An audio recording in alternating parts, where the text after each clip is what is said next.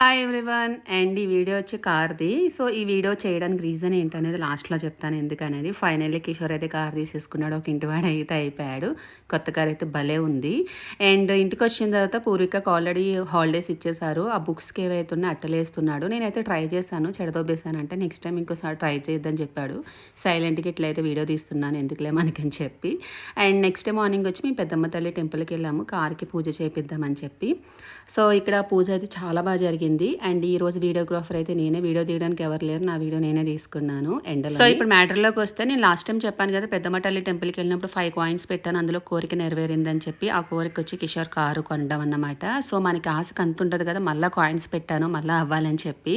అయితే ఇక్కడ మ్యాటర్ ఏంటంటే చాలామంది మనం పెట్టిన కాయిన్స్ ఏవైతే ఉన్నాయో పడిపోతాయి కదా అండి. మళ్ళీ అవే కాయిన్స్ వేరే వాళ్ళు రిపీట్ చేస్తున్నారు. అట్లా పెట్టొచ్చా? ఇది ఎంతవరకు కరెక్ట్ అనేది నాకు తెలీదు. జస్ట్ అడుగుతున్నాను. రైట్ ఆర్ రాంగ్ అనేది కామెంట్‌లో మెన్షన్ చేయండి. ఇలా కూడా పెట్టొచ్చా?